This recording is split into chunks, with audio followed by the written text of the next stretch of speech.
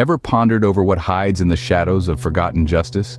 Welcome, dear viewer, to the bone-chilling, hair-raising tale of an ordinary man with extraordinary courage, Detective Hanzo. Hanzo, a character sculpted by trials and tribulations, nurtured by harsh realities and chiseled by the harshest elements of life, was a man who defied fear.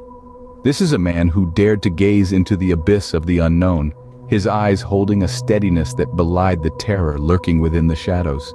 As the city, once a bustling metropolis, fell slowly but surely into the clutches of a series of baffling and gruesome murders, a conversation of grave importance unfolded within the depths of Hanzo's gritty, nicotine-stained office.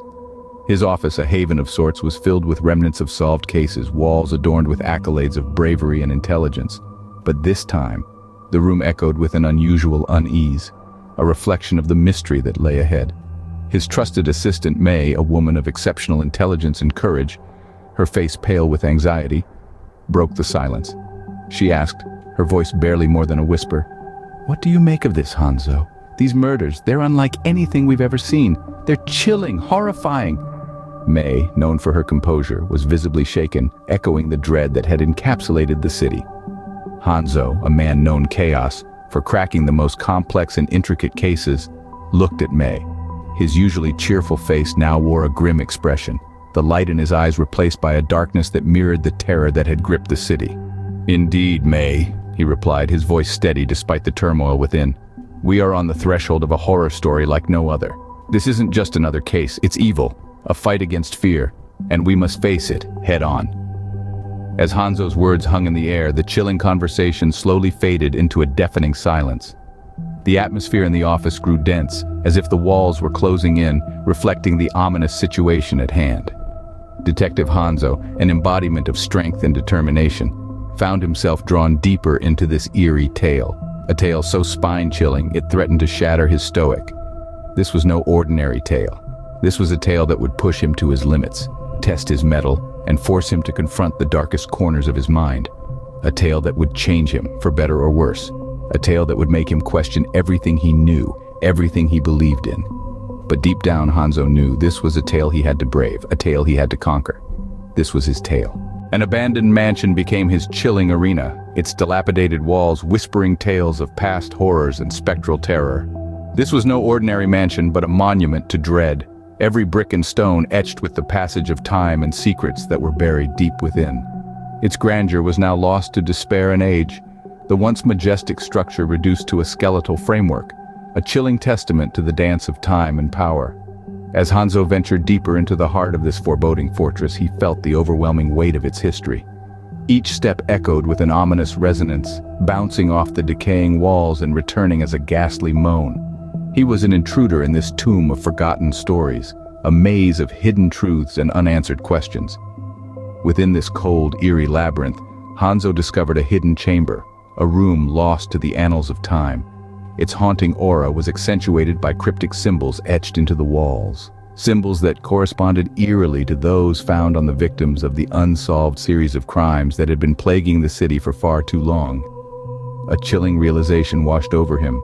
He had stumbled upon the lair of an unseen horror. As he peered into the gloom, the flicker of a single candle trembling in the wind was the only source of light.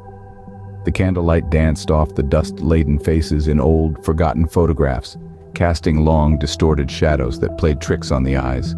These were more than simple images. They were whispers from the past, silent spectators of the horror that had occurred within these walls. Hanzo, his heart pounding in his chest, paused. His voice wavered for a moment before he found the strength to break the heavy silence. "Fear, you are not my master," he whispered to himself, his voice echoing through the chamber. His eyes, pools of steely determination, were set firmly on the path ahead. "This place, it chills my bones, yet I won't back down, not until the mystery is unveiled." His words hung in the air, a promise to the past and a challenge to the unseen. And with that proclamation, the air grew thicker, heavier. The atmosphere shifted, creaking with age and foreboding. The candle flame flickered violently, casting an erratic light on the chamber walls. A palpable sense of dread seeped into the room, a dark pressure that felt alien and ancient in its intensity. The mansion seemed to respond to his resolve, its spectral inhabitants stirring in the shadows, awakened by his resolve. Then, the air seemed to come alive, imbued with an ethereal presence. It was as if the mansion itself had awakened, its ancient consciousness stirred to life by Hanzo's words. This was an unseen entity, a phantom from a forgotten era, a presence that was not of. From the depths of the shadows, a spectral figure emerged, its ethereal form woven from the fabric of revenge itself. Hanzo, undaunted, demanded the truth. "Who are you? What do you seek?" he questioned. The spectral entity, a phantom draped in the cloak of vengeance, responded with a chilling whisper. "I am the voice of the forsaken, those wronged by still living. I seek justice in their name." Hanzo's eyes narrowed, his resolve unflinching. "And what if your quest for justice leads to more hurt, more loss? An endless cycle of revenge?" he countered. The spectral figure paused, its ghostly form rippling. "True, but what if inaction leads to greater injustice? Would you by then, Hanzo?" It was a challenge that left Hanzo grappling with his past. As he probed deeper, the apparitions of his past cases came alive, questioning his resolve, questioning the very essence of his being. Yet, Hanzo pushed forward, his determination unyielding. A spectral guide led him through a labyrinth where realms of the living and the dead overlapped. Suddenly, the spectral entity presented a scheme to release vengeful spirits upon the city, a twisted interpretation of justice. "But is this really justice?" Hanzo challenged, his voice echoing through the ethereal maze. "To punish the innocent along with the guilty?" "Justice is subjective," the spectral guide replied, its tone eerily calm. "For the spirits crying out for vengeance, this is their only path to peace." Hanzo wrestled with the spectral guide's words, his beliefs about justice shifting in this world, between life and death. As he moved deeper into the maze, he questioned everything he thought he knew about justice. Would he be able to prevent the impending disaster? In the face of unimaginable terror, Hanzo found himself face to face with the spectral leader, the puppeteer behind the murders. His voice echoed through the haunted mansion, a beacon of hope amidst the chaos. "Hanzo!" the spectral leader hissed, their words a chilling echo through the mansion halls. "You cannot stop the inevitable." "I am not here to stop the inevitable," Hanzo retorted. "I am here to restore justice." The spectral leader reveled in the chaos, their laughter a macabre symphony in the mansion. "Justice, you say?" they scoffed. "Justice is a construct of the living, meaningless to us spirits."